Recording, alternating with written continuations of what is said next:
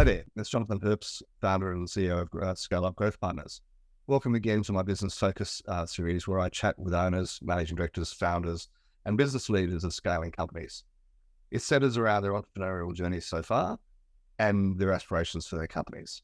Today, I'm really looking forward to interviewing Maurice Patane, who's the founder and Chief Happiness Officer at Access Financial Management.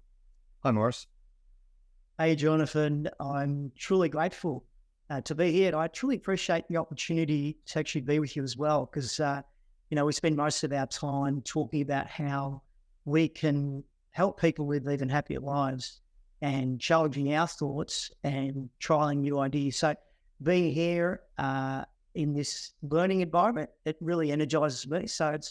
And I think one of the things that emerges from these sessions is that you can actually say things that have impact on others. So I'm really looking forward to that as well.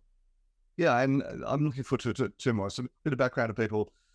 Maurice and I are friends, so it's an additional pleasure to have him on the podcast.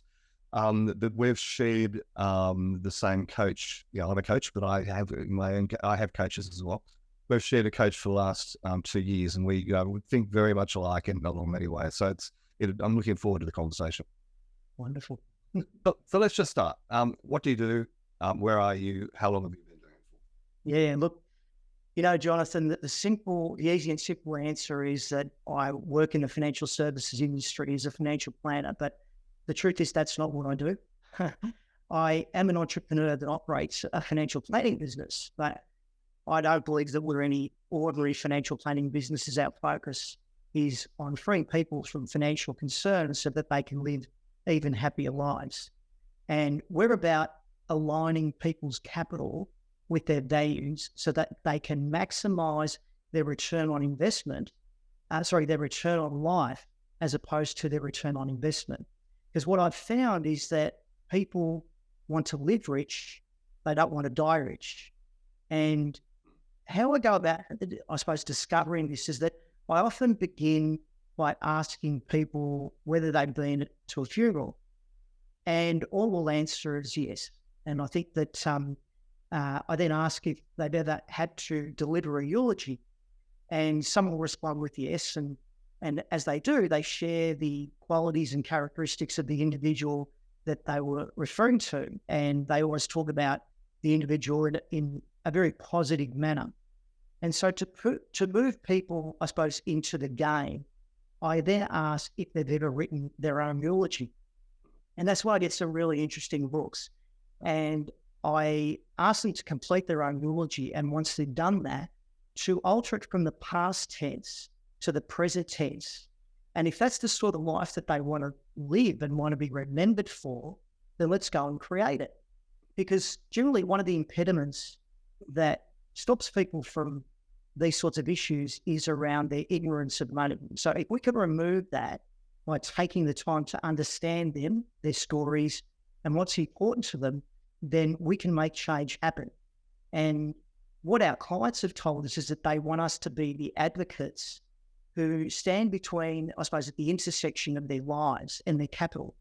So we believe that we're in a position that we can help people remember why they are alive at the end of the day. And working hard is a means to an end, but not the goal itself.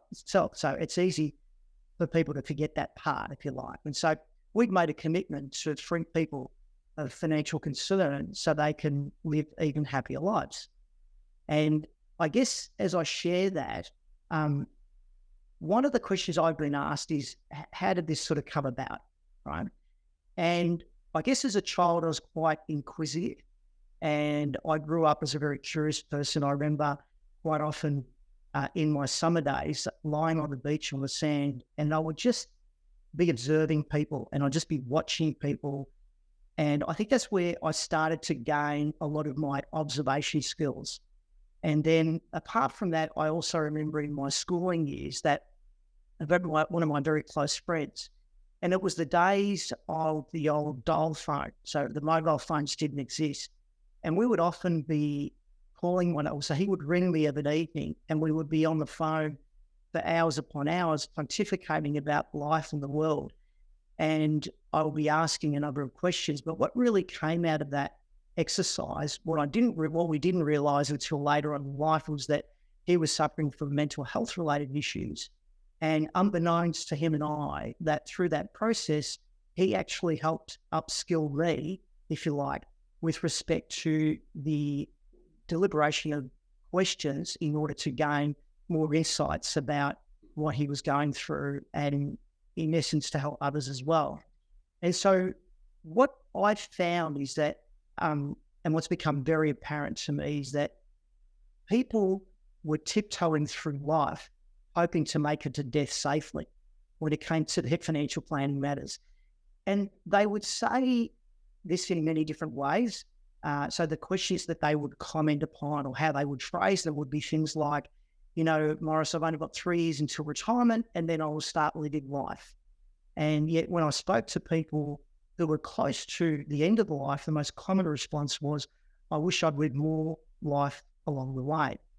And so what became important to me is, what is the underlying question? And more often than not, I learned that the questions put to me were never really the question, and they were disguised as something else. And it would be questions like, at what age can I retire? Or what level of income can I have? Or what are the fees? Or how much should I be saving? And so on. But what I learned was that wasn't the real question. And the real question actually consisted of 3 words, right? And those 3 words were the same for everyone. And they were as simple as, am I okay? That's all people wanted to know. Am I okay? And so importantly, we espouse the fact that it's not about return on investment, but return on life, and maximizing that return on life with the wealth that they have available.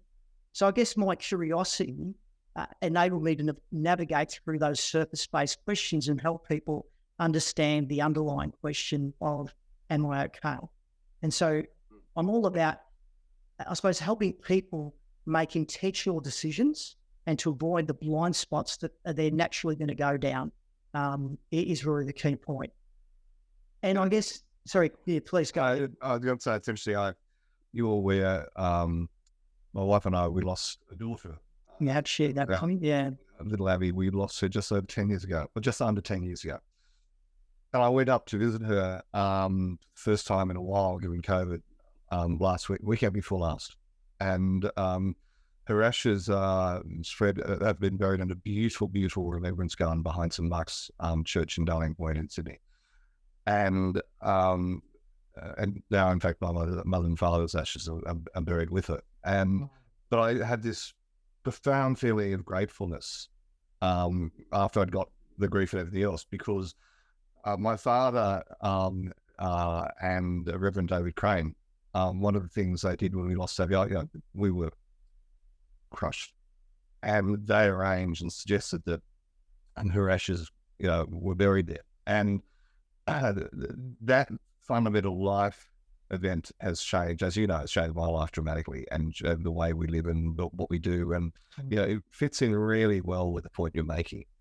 What is the life you want to live? And, I've just planned for our other 2 children, and my wife and I were off to the Great Barrier Reef so they can see the reef before, hopefully, touch wood, it doesn't go. But the life events that we schedule in, dramatic, a lot comes directly from that thing, and it's all about what is the life you want to live. I totally support you on that.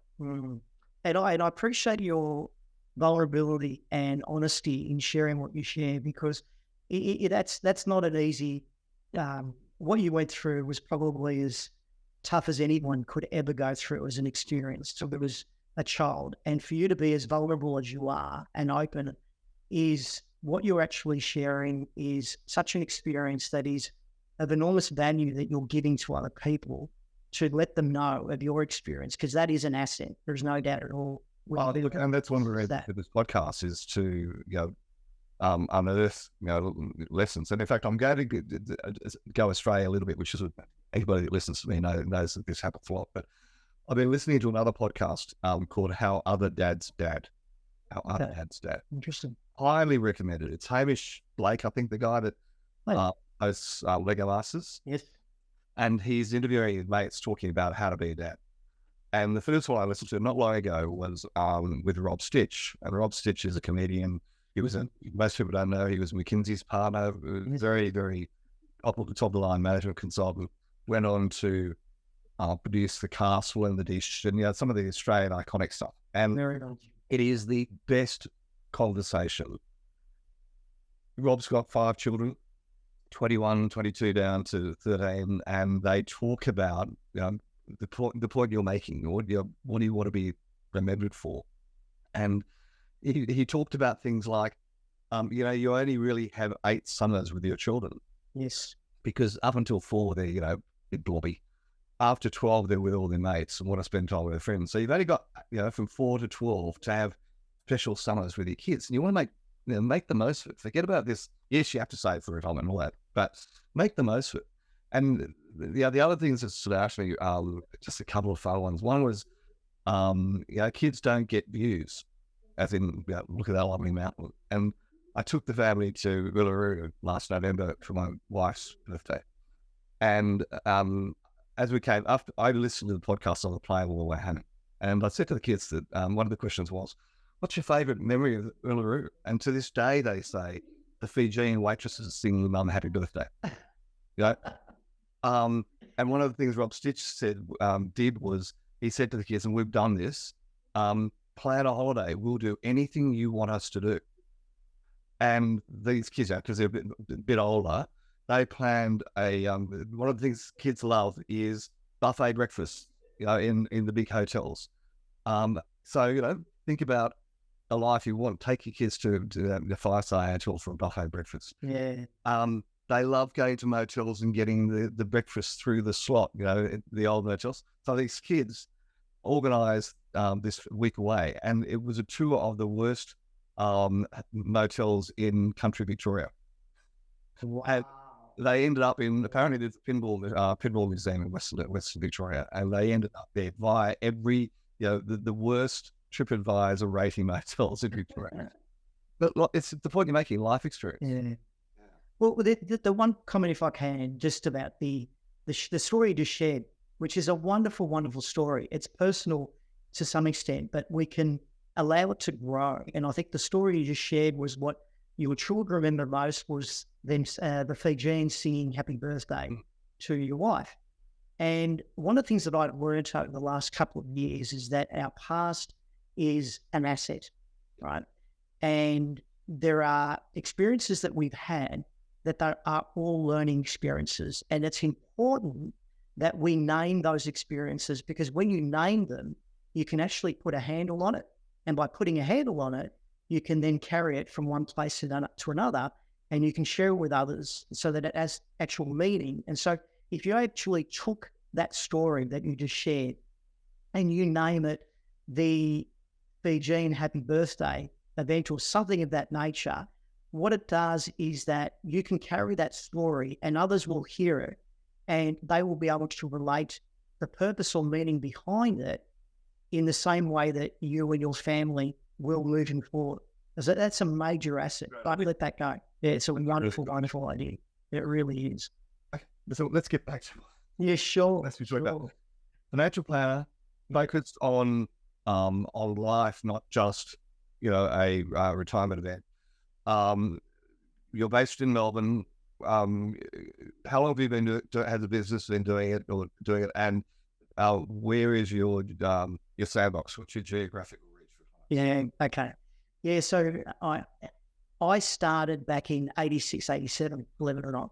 And there's no doubt I started in a more traditional format of what we term financial planning. So it's now been 34 years, I think it is, or 36 years that I've been operating in this industry. But as you well know, it's the micro actions that happen over time. And as you learn from each of those little micro actions and put them together and challenge yourself about where you are and where you're going, that you evolve and become something bigger and better than what you were when you first started. And in fact, if I can just share that how I got into this industry was interesting because, again, as a child, I was generally very compliant. I was diligent and I had a natural affinity with numbers. And I was raised, most importantly, by two very, very loving parents. And they I watched them as they worked hard through their lifetime, and it spurred me to want to understand the connection between money and happiness, and having enough money so that they and others wouldn't worry about money. And I believe in fate. And as soon as I completed my studies, I was fortunate enough that I was unsuccessful in obtaining a standard job in the financial services industry. And so I immediately commenced working for myself, believe it or not. And an early question that was posed to me in my business career was to look into the future and answer the question, do you have 10 years of experience, or are you simply completing your first year 10 times over? And that really resonated with me as I suppose, had high expectations in myself. I was an avid learner and continue to be, and never satisfied without continued learning and growth. So I want to be the best version of myself. And it was an interesting breakthrough. I'm sure you'll remember this, Jonathan, the show Candid Camera. And I remember watching it once, and there was a Candid Camera team that were waiting for an unsuspected member of the public to enter a lift. And you know what happens when you enter a lift. We all turn and we're all looking at what floor number is coming up. But the actors basically entered and did the opposite of what most would do and faced the opposite way. And what happened in that situation, I should say, is that the person who was in the lift felt so uncomfortable that he had to turn and move the other way as well, regardless of, which was back and front, but he just felt that he had to conform. And I guess it was that conformity is useful in many areas of life, but I determined it wasn't good to maximize my potential. And I determined that I can't do what everyone else is doing and achieve better than average results. So I had to do, in my way of thinking, I had to do things different. So I had to constantly challenge myself and the norm about what was going on. Right. Well, it was really the key issue. Right. Thank you. I'm going to pin you. Geography. Yeah. So based in Melbourne is where we are.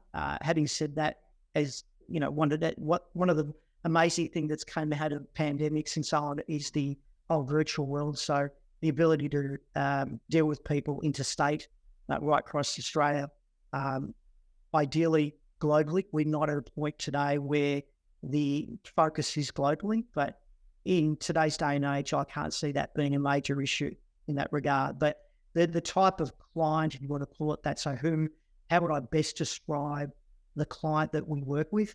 They certainly have a growth mindset. They're part of a community where there are like-minded people. They're eager to refer us to everyone they know that fits our profile. They're serious about making decisions with their money, smart decisions, more importantly, and they want a trusting relationship with a financial professional, and they care, I suppose, for family and community and something as someone other than themselves. And they understand that there's no shortcuts to get to any place worth going, and that they are financial delegators, so they can spend their time doing more meaningful things in their life, which is what I referred to earlier. And importantly, they want to simplify their life and they want to enjoy life. Great. And make it easy. Yeah. Yeah. Okay. Thank you. So let's think about the pandemic. We've all been through it. We've all adjusted in different ways. What are some of the things that you implemented in the business that have stayed with the business? Yep. It's a really good question. And it's a question, I guess, that I have been asked this question a number of times. And the most common answer I find is that we've all gone virtual. And of course, we did the same. But I like to think about, instead of what did we change, but what did we continue to do? I'd rather rephrase it, if you don't mind. And what did we continue to do? Because it was a time that could easily have altered successful habits that we had and really tested our results. Because if you're doing what everyone else is doing, then you're going to end up in essentially the same place. And so I like to be different, and I don't want to compete. So I want to create, is really the key point. And again, what's our role in all that negativity? And I guess leaders need to be consistent. And what happens if you do this consistently is that there will be a payday. And so one of the things that I often share, and I do this either if I'm speaking at an event, but we do the same thing with our team every Monday morning. But a challenge, if you ask people to raise their hands if they've had a positive experience in the last week, everyone raises their hand. Okay? I then ask, okay, so keep your hands raised if you can remember what it was. And the interesting thing is people struggle at that point. They know they've had a positive experience, but they just can't remember it. And it's because we don't capture those moments. Very similar to a comment I made to you earlier. And so, what I get people to do is to really think. So within our team here, we have a positive focus process that we go through every Monday morning without fail. And so we will begin in gratitude. So we want to say, let's go big. So we'll begin in gratitude. And that's important because it sets the tone. And the beauty is I don't need to remind them about it. It just happens. And the same now applies with clients where we begin with positive focus. And if we forget, believe me, they remind us as well.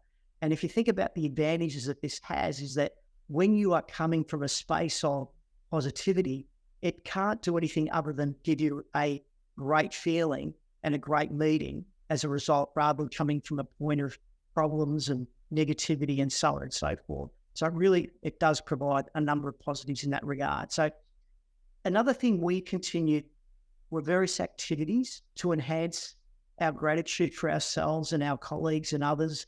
And I just want to share a few, if I may. One was, I asked everyone in the team, and this was an interesting one. I just said, I want you all to take a moment and reflect on your childhood and your ability to not be restricted with your inhibitions. And I want you to take a moment to sketch or draw what gratitude means to you, and then share your picture and its meaning to the team.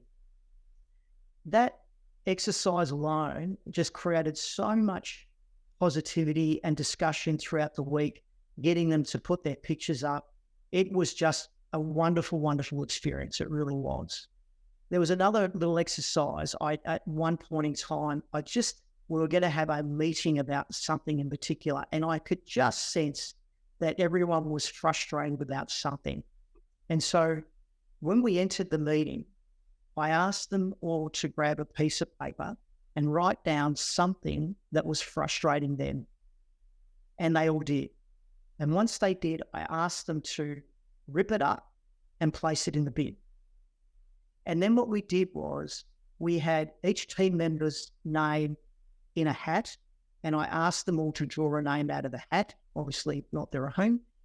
And on the back of that paper with the individual's name, so on the back of the paper, write down what you love about that individual.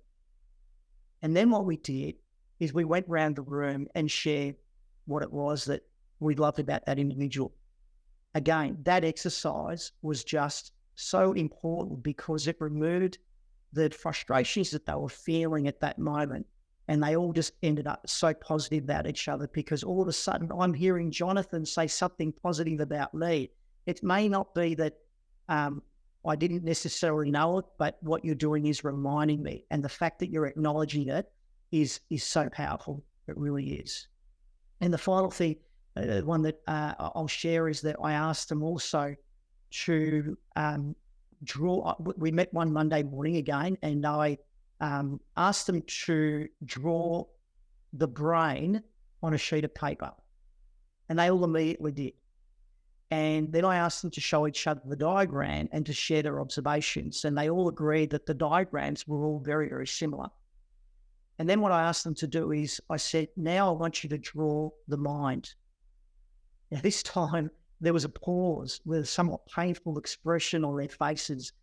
And again, I asked them to share the picture and share their observations. And needless to say, it was a wonderful discussion of sharing their own insights on how they imagined the mind. And every picture was different and every discussion was different. It was just such a powerful little exercise. And, I went on to share that most people associate the mind with the brain, although the mind could just as easily be in the finger in that sense there. So it was a really powerful exercise. I find that really interesting. I do a different version of one of those with my clients. The last week I was away with the CEO and leadership team, facilitating their annual planning, and I use a lot of the work of Patrick Lencioni. He's written a number of 5 dysfunctions of the leadership team and the like. And one of the exercises that I did with the team, having done a survey to work out where they ranked on the 5 dysfunctions and how they can change their behaviour. In this case, this leadership team, where they ranked lowest was actually calling out others for lack of performance. So it's a really interesting exercise to go through. But one of the exercises that we did in there, firstly, is a personal histories exercise. Where were you born? Where were you ranked? As a number of a child, and what's your distinct major memory from an episode as a child? Once again, it's building trust by sharing information. And then the second one is write down everybody's name. In the first another column, what are the key strengths they bring to the business, and the third column, what is the key weakness they bring to the business. And then we round robin, starting with me, followed by the CEO, founder. What is the key strength I bring to the business? What is the key weakness I bring to the business? And at the end of the exercise, we all have to present back to the group saying, look, this is the key thing I learned about myself, and here's what I'm going to work on most this coming quarter. And it becomes an OKR, KPI for each leadership team member that we're going to focus, and it gets recorded with all the other OKRs. We're going to focus on, I'm going to focus personally on this specific activity to improve on my weakness. Right. The exercise, that sort of exercise and stuff you're doing is so powerful. It is. It really is. It engages, and it's part of culture. It's very, very important. Yes, I can't speak highly enough of it. So, listen, moving forward, what does the future for the business look like, and what do you see as your major challenges moving forward? Yeah, look, for me, Jonathan, I think you know me well enough, but for me, the future always looks very, very positive, and that's a choice I make because as I move closer to the island that I'm looking for, I always see another island that's well beyond it, and that becomes even more interesting. And that's all about having that growth mindset. And so I never forget, importantly, I never forget about my past because it's an asset based on the many experiences that I've had, good and not so good. I'll share with you, interestingly, you may have heard of what's called Cancer's Law. And Cancer's Law says that in the middle of any project, there will always come a moment where it looks and feels like a failure. And we all experience it when you feel you've gone too far in, that you can't go back, and you're not far enough that you actually see the results yet, if you like. And that's where morale can decline and people can get fed up and despondency sets in and so on, and people can become cynical. There's no journey or project that you generally go through that doesn't meet that Cancer's Law, and it's where we can acknowledge it and work out ways to get through that stage rather than get despondent and give up. And so the objective is to embrace it and welcome it as a sign of progress, and that's where we continue to work through that process. And so we're constantly looking at adding elements and tools around the benefits of happiness that money.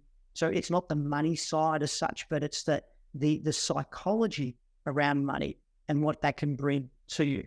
Of course, one of the key elements now, and I just want to share this quick little exercise that you can do after our little discussion today, but AI, may have a very large brain, but what it lacks is the ability to ask you questions about you, your experiences, and what you're thinking. And when you ask a question, you create a greater sense of value. And if I ask you a question, the important point is you can't unthink it. You may not answer it, but you can't unthink it. right? And it can sit there for a long period of time, which means that you're in that thinking space. And so I'm gonna give you a little exercise to do after this, and I want you to ask Siri or Alexa, and just ask Siri, ask me a question about me, and you'll be surprised by what the answer that Siri will provide. So have a go at that later on. Yeah, it's really interesting. Like I'm, the pandemic question I've been asking. We've done 90 of these now. I mentioned to you earlier that when I get to 100, I'm going to change that question to how are you using AI? Cool. And, I've got ChatGPT open in front of me right now, and just before this, I'm sort of rejigging my marketing message a bit, and I thought I'll jump into ChatGPT. And I use the paid version, but I've got to see you, as an accelerator. It's extraordinary. So here's the question. I'm the CEO of, I have a CEO, founder, business coaching practice. My clients are founders and CEOs of small to medium businesses between 6 and 50 staff in Australia. I'm working, what are the 3 dominant pain points of my clients? That was the question I asked. I was just interested to see what it came out with. Talent acquisition and retention, scalability and growth management, business strategy and planning. So that's what ChatGPT came up with. And I then list 7 more, and it gave me, digital transformation, cash flow management, regulatory compliance, customer acquisition, retention, time management, building a company culture, succession planning. And all of which are valid answers. And then I said, right, based on what you've learned, because the thing with AI is asking the right questions. Based on what you've said so far, what is their deep pain? So founder, CEO, SME, fear of failure, sense of isolation. Notice these are very, very different answers to what they gave me before. Imposter syndrome and work-life imbalance. So wow, interesting. So that's the deep pain that AI came up with. Fear of failure, sense of isolation, loss of purpose and direction, imposter syndrome, work-life imbalance, which sort of generally fits with where my answer being my experience is, in fact, they've got to people who call me to be their coach and teacher. They've got to the stage where their DIY approach doesn't work anymore. Yeah, In fact, it takes all of those 4. That they are amazing insights, because I would argue that is 100% accurate in not just the category that you place there, but I think humans in general. It's that fear of failure. I can tell you, when it comes to money, it's that fear of failure, that I'm going to do something wrong and I'm going to run out of money, which is hence the question, am I okay? Yeah. Very good. And it's like, it's given that you and I didn't talk about this before. No. Podcast. It's fascinating. It's just something I've been thinking about. It's really interesting how powerful that is. And I'm now using ChatGPT, paid subscription, $30 a month. It's like nothing. I'm now using that live with my clients these days. Wow. To help us, guide, head us towards true north. Anyway, it was interesting. I think it's more than interesting, because what it is, it's one of the concepts that both you and I know, is it's the 80% rule, because if we're going to do 80% of what you were intending, so you can now take the other 20% that it hasn't done and apply your 80%, and you're going to get to 96% of the outcome. Exactly right. And using that, and then yes, my DIY approach doesn't work anymore, which actually explains it. There's my marketing message. Yeah. It was really interesting. So going back, your biggest learning that you've had since you've been a business owner? So many, Jonathan. But look, exactly. I think I would say that think like the client. So what do they want or need? And the key to getting this answer is simply to ask. So if I can share an analogy, when you look at a photo, say a family photo, as a general rule, who's the first person you look for? And it's generally yourself, right?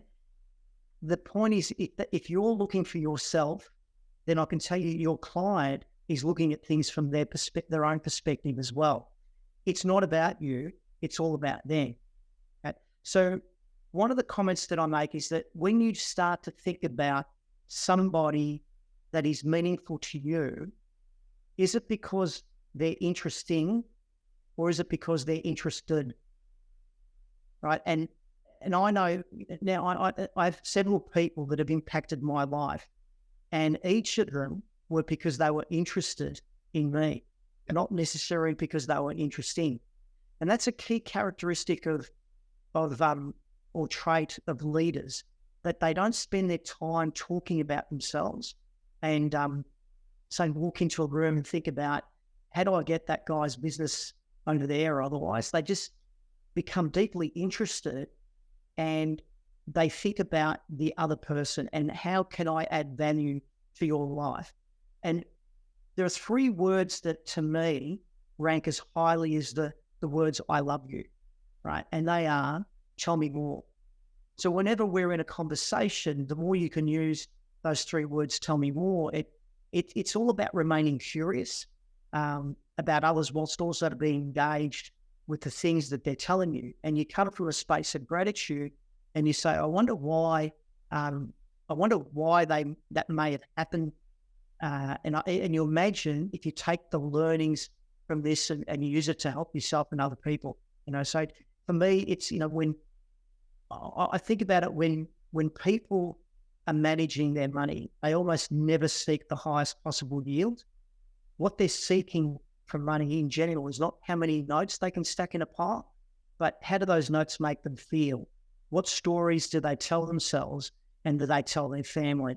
Right. So if we can, in our case, if I can make somebody who was afraid less afraid, and if I can make somebody that was selfish into somebody that's more generous, and if I can make someone who was disconnected into someone who's more connected, then I feel that I've done a good day's job.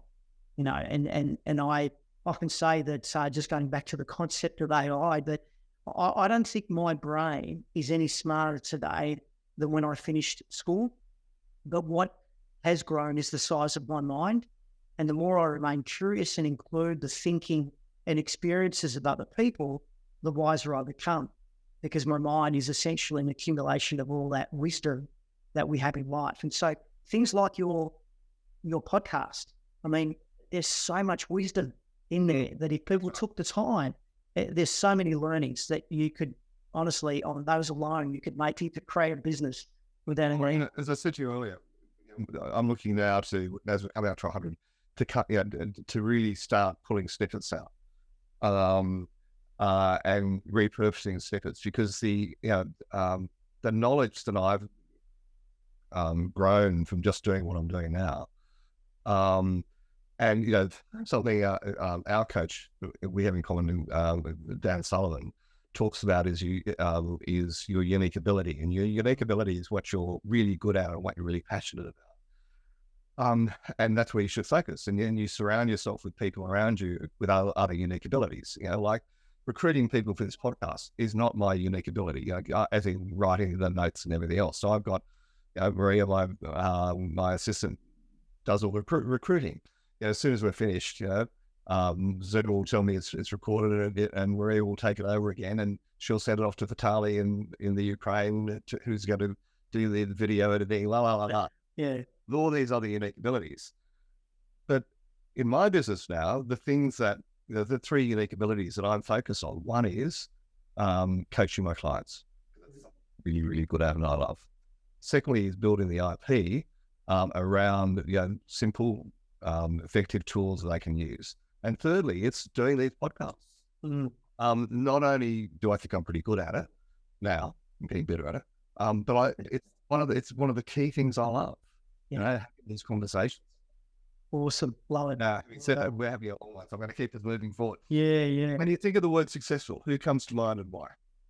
Yeah, look, this is always an interesting question, and I always sit on the edge of my seat in anticipation of who it will be when I listen to others, and I enjoy hearing the variations in responses of people who've made a significant impact on the world. But an important consideration of all of those people, the successful people, is that they acknowledge that they wouldn't be where they are without the support of others. And it's generally those that work in the shadows, those that you've never heard of, and they're just doing it day after day. So if I may, and I hope you permit me, just give me a few moments on this. I want to share, I want to acknowledge and share a success story that all of us can relate to. In this case, it's my father. I knew it would. And yeah, okay. And I want to share this not only because there are success stories right under our noses if we take the time to look for them. So what I'm trying to get at here is that the person who's listening to this podcast is a success story in their own right.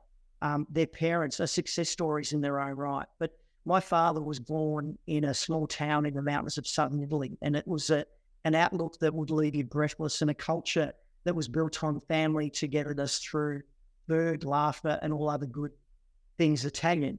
And he was the youngest of 8 children, and that, I suppose, had a work ethic instilled in him at a very young age. As he watched his mother and father work the farm and, grow the food and milk the cow. And he learned many of these Sicilian skills in what we term as the piazza, the place.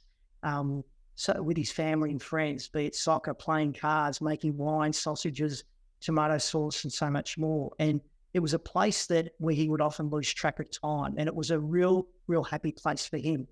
And it lay the foundations of his culture, traditions, and values, I guess, as a family togetherness. But as happy as it was, he was forced with the difficult decision of a life of further sacrifices, similar to his parents, or the possibility to pursue an unknown chance in a foreign land and create a life for a wife that he had not yet met and children who weren't yet born. And it was like a blank canvas where he could dream a life that he could mix the culture of his values, of his existing homeland, and the excitement and opportunity to create something unique and new. And so he made that commitment, and he worked up the courage, and he left. And in Australia, he believed in 2 degrees of separation. And his questions, it was always interesting. It was always asked with that level of curiosity. He tried to work out who you knew in common. And whether you did or you didn't, he would say that he did, because he was searching for connections to the homeland. And I guess navigating a new language, driving on the opposite side of the road, learning new rules and regs, and the ridicule of his culture on a day-to-day basis. These were difficult periods for him, there was no doubt. And he drew on the support of his greatest fans, being mum, his wife, and other family members. And so it enabled him to support his children, my brother and I, through education, good food, and wonderful family gatherings. And so he was a risk taker himself, and he had multiple businesses. And as he was a barber by trade, and he would always position his shops very close to tram stops or train stations and things of that nature. And it was, I didn't acknowledge this until later on in life to actually understand. But what was important to him was that my brother and I were introduced to the family when we were 5. But what struck me was when I went again at the age of 16. And although that we had left home here in Australia, we'd also arrived home, because it was then I realised that his garden that he left at home in his town in Italy was simply a larger version of what we had back in Australia. And he successfully replicated the vision of his life in 2 distinctly different countries.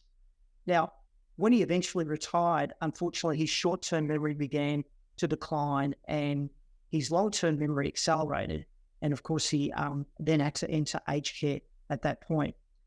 And sadly, it was 1.5 years ago now that when I went to pick him up one day and we would spend some time together, and we'd have our regular coffee, and we would just sit in a moment, sometimes without saying a word, and we would reminisce or even play a game of cards.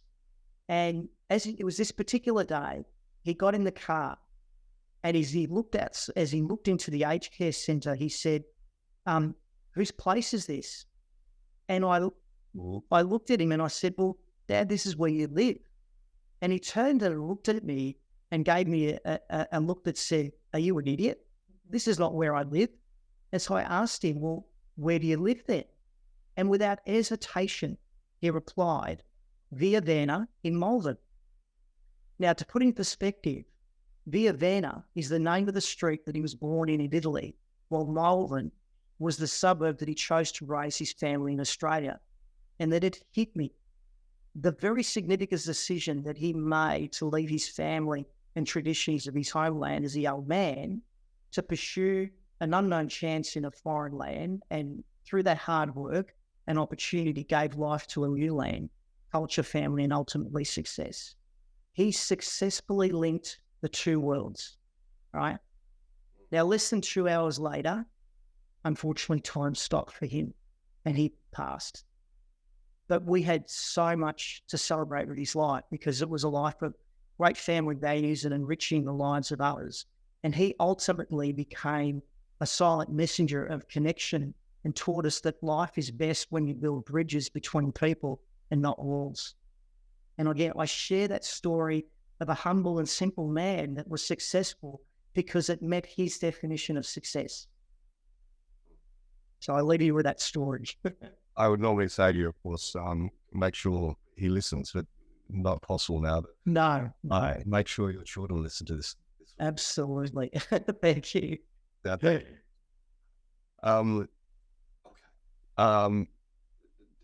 Books, podcasts you'd recommend? Yeah, look, that's always an interesting one. I'm not a big fan of stating the top three because that would imply that the other books and podcasts are not as good. So they're all great. But with your permission, I'm just going to change the question to, would you be willing to share, I guess, 3 business books, podcasts, business blogs, or others that have impacted you and why? So an early book that I read in my career was Michael Gerber's E-Myth. That's always a popular one. It's a wonderful book as it's simple to read. It uses stories to share the points. And the essence of the book is to work on your business, not in your business. And I think that if every entrepreneur took that on board and applied that, I think they would be, leaps and bounds ahead. I'd also like to share about a movie, right? And a movie that I watch over and over again is The Founder. It's on Netflix with Michael Keaton, who plays the part of Ray Kroc of McDonald's.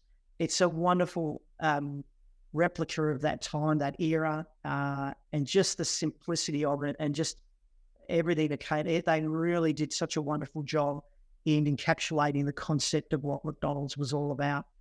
And in fact, if you watch the Founder and then read the E-Myth, it'll provide you a lot of energy that you need to get in motion. And a podcast that I enjoy is the High Performance Podcast with Jade Humphrey and Professor Damien Hughes. And it brings an intimate glimpse into the lives of high-achieving people in sports, business, acting, and so much more. And a final point I raise is that I generally don't read books. My problem is I study them. And so for me to read a book takes a lot longer than most others because I tend to deface them and write notes all over them and so on and so forth. But, because the important point is that it's not knowledge that's power, it's the application of the knowledge that's power. So that's really important to me. Absolutely. And I'm reading it with...